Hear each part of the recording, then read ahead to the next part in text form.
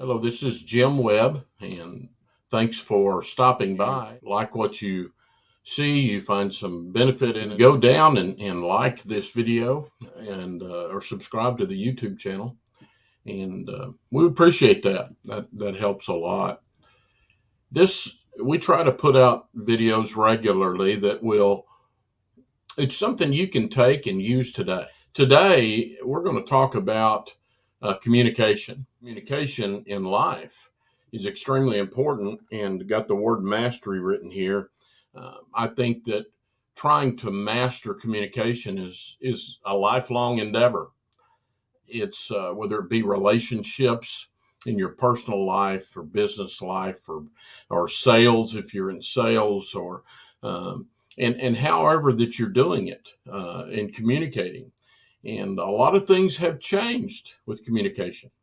All the facets of communication and the increasing methods of communication today are present a challenge to continue the mastery. I think one of the things you have to be careful of in business today is to say that you're not interested in knowing how to communicate through a certain venue.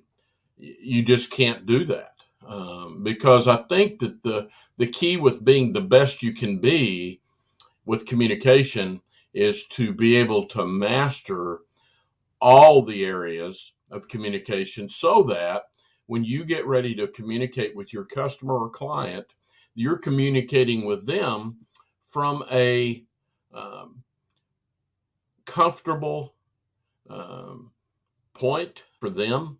And that's very important. One of the things that I teach is that however that customer contacted you needs to be the way that you resume that contact, that communication, until you get permission to do it another way.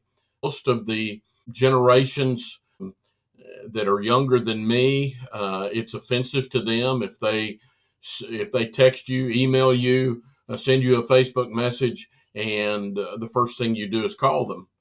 That's offensive because you're not paying any attention in their mind. Today we're going to cover. I'm going to give you 4 principles that you can apply today to your text messaging. That applies to your Facebook messaging, Instagram DMs, if you're sending Twitter messages, LinkedIn messages, any of those. This applies to all of these. These are 4 principles that you can apply that will help you today and help you to get better. The number one thing that I want you to think about is business lingo. And in your industry, what is some of the business lingo? And I'm going to tell you right now, when it comes to messaging, business lingo is useless.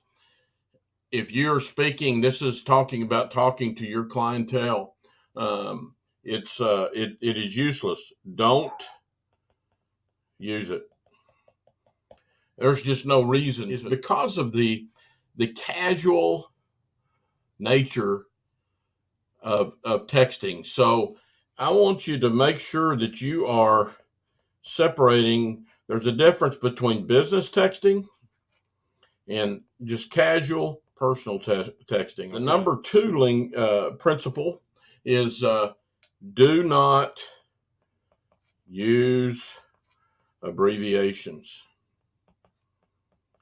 I and you know what I'm talking about.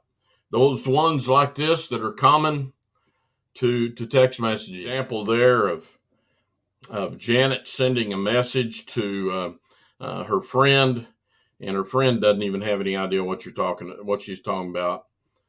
She says, "Hey, hate to say," right here's what she meant.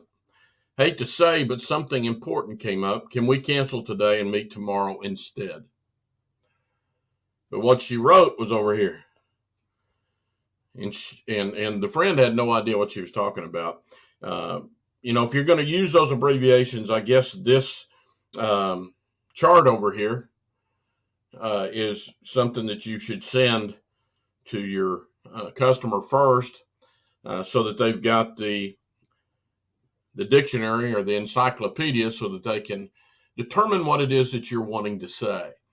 So that's a good example of why we don't ever want to use abbreviations. It leaves too many things out to interpretation. Number 3 principle is remember that the only purpose of a message, a text message, that's the only purpose of a text message, is to schedule either a phone call or a face-to-face appointment. If you keep that in mind, all that you'll ever really have any communication on will be short, answering questions, which you want to do. That's very important that you answer all their questions. Number 4, one of the things that you want to be real careful with, never discuss the benefits of your product or service by text message.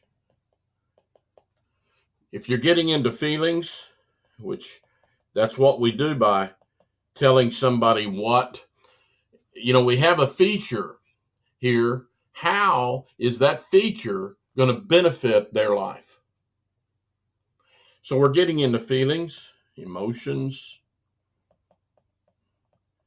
If any of you've had an experience where a text message you sent did not get interpreted right, your tone got misinterpreted, what you intended for the person you sent it to feel did not come across. That's the reason why if we get into talking about the benefits of your product or service and how it will make them feel, that needs to be something that we talk about on the phone, that we have the benefit of our tone. Maybe we're on a Zoom call or face to face, so that they can get the real feeling, and you can also see how they accept it, because you want to make sure you're clear when you're explaining how something benefits them. It's very important, because I've seen many times that we try to do too much by messaging in as far as the entire nature of a sales call. We try to do so much by messaging that we lose the real benefit to that customer of doing business with us and our product. We're not able to properly explain that to them. The 4 principles here is that business lingo is useless, no place for it in business texting. Do not use abbreviations. The only purpose of a text message or message through your social media outlets is to drive a phone call or a face-to-face appointment. And number 4 is don't discuss the benefits of a product or service in your business texting. Leave feelings and emotions for the telephone or that face-to-face meeting. Thank you for watching today. All the best to you, and expect a win.